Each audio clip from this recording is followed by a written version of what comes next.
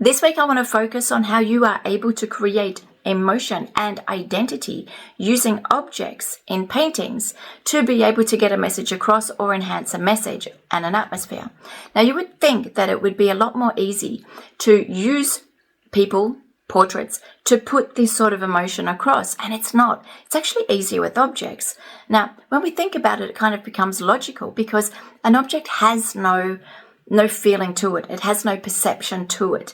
It's whatever perception we give it.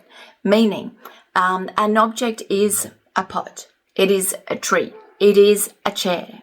It is an object. And it's actually the perception of the person who lays their emotion, their identity onto the object. And this doesn't happen so much when it comes to people and when it comes to portraits, because as we are people, we read people more accurately.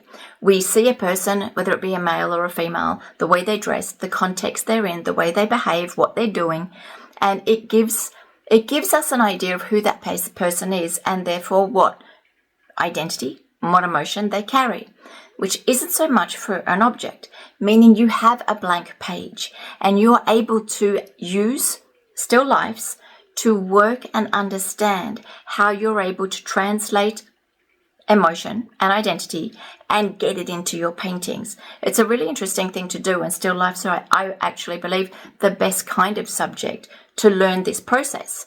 So if you remember, Vincent van Gogh painted a series of chairs. Chairs have actually been painted a lot throughout history, and these chairs represented different people, but they didn't just represent different people, they represented their presence or their absence. And the way that they're painted actually tells an entire story. So what I want to do this week is actually, in the beginning of the live, create a mini course first on the way you actually create volume in a subject, because I don't want the lack of volume to be an issue. So we're going to actually learn how you can create volume. So whether it be on chair legs, on the front of the chair, towards the back of the chair, to get that space, that distance in, but also how you create distance on a bigger level. And that's just a mini course that we'll do in the very beginning of the live. And understanding volume, obviously, will be the same treatment that you're going to use for a portrait, for a boat, for any object that you're painting, for a street scene. It's the same principle, okay? So that's something that you can take away and you can use for any subject that you're painting.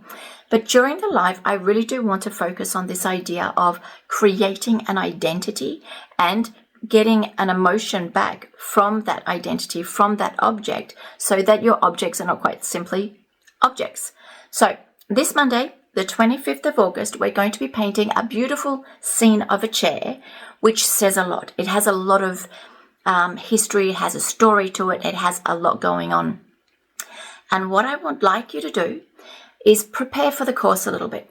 Think about what this photo means to you, what it projects to you, what are the feelings that come up, what is the story that you imagine. And then we're going to talk about this Monday, and we're going to see how we can translate these ideas and these emotions into paintings, how we actually translate this into painting terms. So it's going to be a fun life. I'm going to say, I see you on Monday.